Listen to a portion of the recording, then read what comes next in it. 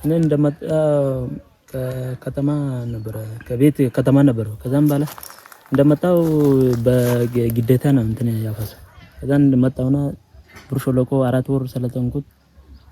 እንትን ምንድነው የሚባለው ሶማሌ ክልል 2 ወር ሰለጠንኩት። አንድ ላይ 6 ወር ከዛም በኋላ ነው ገባውና 2 ወር ተግያለሁ። 8 ወር ይሆናል አንድ ላይ ስልጣን ነገር እና እሱ ነው። እንዴት ነው ወደ መከላከያ የገባችሁ? ማን ያስገባችሁ? አይ እኛ ሳንፈልግ ያው በግዴታ ነው ያስገባው።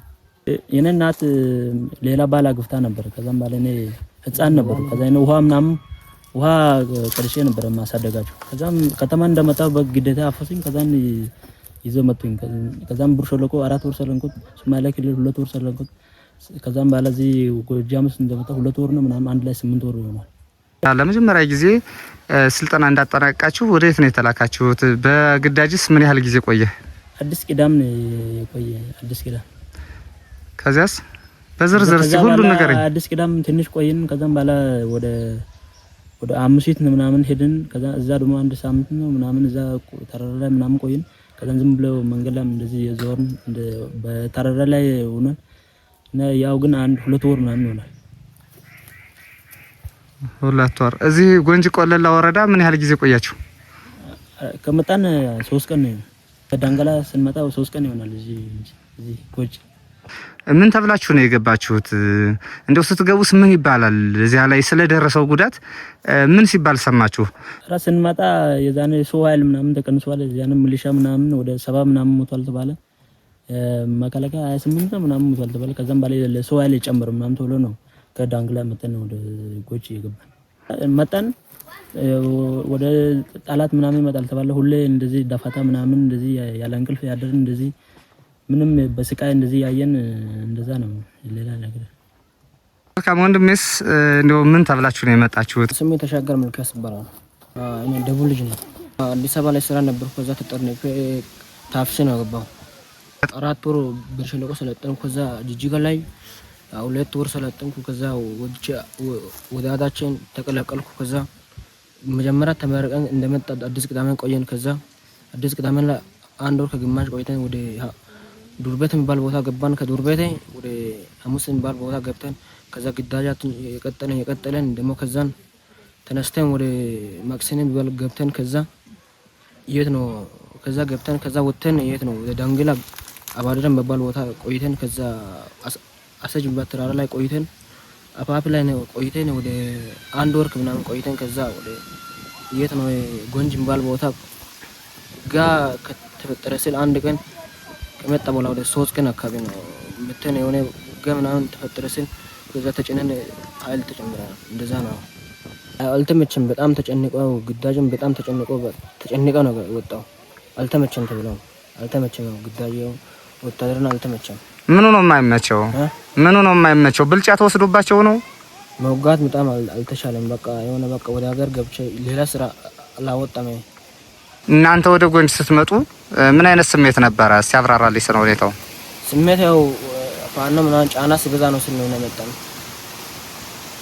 እንግዲህ ከመደበኛ ሰራዊቱ ደግሞ ወጥህ ከኛ ጋር ተቀላቅለሃልና ያጋጠመህ ስሜት ምን ይመስላል? በሰላም ነው ገባው። በሰላም ነው ተጨንቀ ተማረኝ ነው ገባው። ወደ ህዝብ መቀላቀል ያለውን የስነ ልቦና ሁኔታ እንዴት ታብራራዋለህ? ስሜቱ ምን ይመስላል? ከኛ ጋር መጣ ጀምሮ ያው ደስተኛ ነው። ያው ደስተኛ ነው። አሁን እንግዲህ በፋኖች ጋር ነው ያለው፣ እኛ ጋር ነው ያለውና ከመከላከያ ጋር ደግሞ ለተወሰኑ ጊዜያት አብረህ ቆይተሃል። አንተ እድሜህ ስንት አመትህ ነው? 17። እንግዲህ በዚህ እድሜህ ከመከላከያ ጋርም የተወሰኑ ጊዜያት አሳልፈሃል፣ ከፋኖ ጋር ደግሞ ዛሬ ተገናኝተሃልና ትልቁ ልዩነት ያየኸው ልዩነት በመከላከያና በፋኖ መካከል ያለው ልዩነት ምንድነው? ልዩነቱ ያው ትንሽ ልዩነት አለ።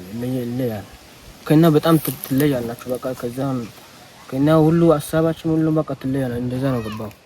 እስቲ አንተ ያየኸው ልዩነት አለ? እኔ እዚህ እንደመጣ በጣም ደስተኛ ነው እንኳን እዛ በቃ በጣም ተጨናንቄ ነበር። እዚህ እንደመጣ ሁሉም ጋር ተገባብተን እንደዚህ ያለ ሁሉም እንደዛ ነው። እንደው እናንተ ወጥተው ከህዝባቸው ጋር መቀላቀል ወደ ቤተሰባቸው መሄድ ለሚፈልጉ ወይም ከፋኖ ጋር መታገል ለሚፈልጉ የትግል ጓዶቻችሁ የምታስተላልፈው መልእክት ይኖራል? እነሱማሽ አሁን እዛ ተቀምጦ ምን ይሰራል? አሁን እነሱ አሁን ማምጣት ነው ያለው። ልክ እንደኔ እድል ቢሞክሩ ይሻላል። እዛ ተቀምጦ ምን ይሰራል? አንተስ መልእክት ካለ እስቲ መልእክት ታስተላልፍላቸው። እንደኔ ቢወጡ ይሻላል። እነሱ ከዛ ወጥቶ በቃ እንደ ስብላን ቢቀላቅሉ ይሻላል። ኑ እንደኔ ውጡና አማራጭ ሞክሩ። እንደኔ ውጡና ከፋኖ ጋር መታገል ከፈለጋችሁ ታገሉ። እዛ ያለን ጊዜ የሚባለው ፋኖ ምናምን ለህብዝ ምናምን አይደግም እንደዚህ ይባላል። ግን እዚህ እንደመጣው ግን ህብዝ ጋር ተስማምቶ ተቀላቅሎ ነው ያለ። ግን እዛ የሚባለው ውሸት ነው የሚባለው። ምንድነው የሚባለው? እዛ የሚባለው በቃ ለአማራ እንትን ህብዝ አይደለም የቆመ ተብሎ ዝም ብሎ ይዋሻል። ግን እዚህ እንደመጣው ግን አንድ ላይ ተቀላቅለው ውሃም አርቦት አጥቶ እንደዚህ አብሮ ነው እንደዚህ ነው ያለው። ግን ውሸት ነው የሰማው። እዚህ መቼ ግን አይቻለው። ፋኖ ማሸነፍ ይችላል። ፋኖ ማሸነፍ ይችላል። መንግስት ዝም ብሎ ነው እንትን የሚለው። አሁን አማራ እንትን የአማራ ህዝብ ጦር ምናምን ማሸነፍ አይችልም። ዝም ብሎ ነው የሚለፋው እና ለዚህ በቃ ቢያቆም ይችላል ብዬ ነው የማስበው ነው። እንግዲህ በመጨረሻ ለቀድሞ የሰራዊታችሁ አባላት የምታስተላልፉት መልእክት ካለ በጋራ መልእክት ማስተላለፍ ትችላላችሁ። ተጠጋጉ። መልእክት ለቀድሞ ጓዶቻችሁ በቅደም ተከተል።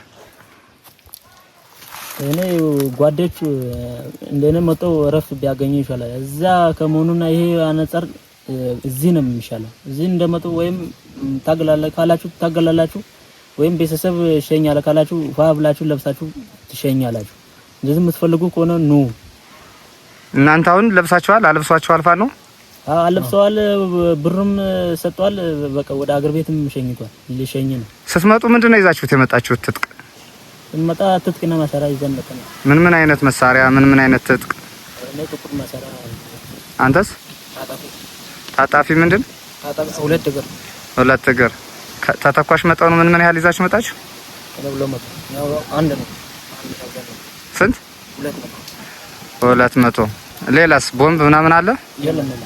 ብልጽግና ነበርን ጊዜ ለፋኖ ምናምን ሲባል ፋኖ ለአማራ ህዝብ ብቻ ነው የሚታገለው ይባላል። ግን ለአማራ ህዝብ አይደለም፣ ግን ለሁሉም ነው።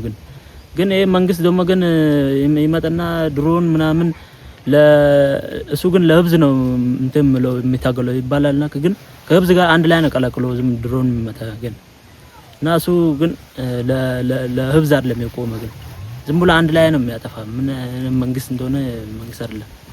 በጣም ተማረ።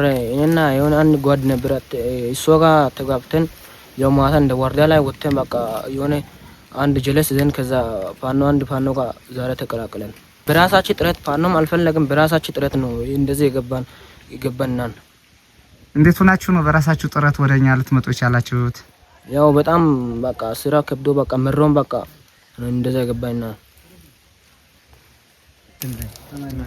እኛ የመጣነው መጀመሪያ ከሀብለ ስንነሳ ዋርዲያ ነበርን። ከዛ ለሁለት ነበርን። ከዛ ያው ሁሌ በቃ እነና እሱ ነበር ዋርዲያ ምናምን ምንወጣ ተራችን አንድ ነበር። ከዛን ተናገርና በቃ እንሄዳለን ብለን ስልክም አልያዝን የፋኖ ቁጥርም አልያዝን ዝም ብለን ተነሰና መጣንና እንደ መጣን ወደ ሲቪል ባረንዳ ላይ አደርን። ከዛን ጠዋትለት ወጡ። ከዛን እንደወጡ ስልክ ቁጥር ምናምን አለ እንደ ስንል ከዛም አራን ነው እናሳያለን ምናምን አሉና ከዛን ስልክ ቁጥር እንሰጣለን ችግር የለም ምናምን አሉና ከዛን ስልክ ሰጡ። ከዛን ደወሉ ስልክ ምናምን ሰጡና ደወሉ። ከዛ አገናኙ። ከዛን ተገናኘን። ከዛን ፋኖ ልብስ አለብሰናል። ከዛን ብር ምናምን ሰጠው ይሸኝቶናል። መልካም። ለማንኛውም እጅግ አመሰግናለሁ ስለሰጣችሁኝ መረጃ።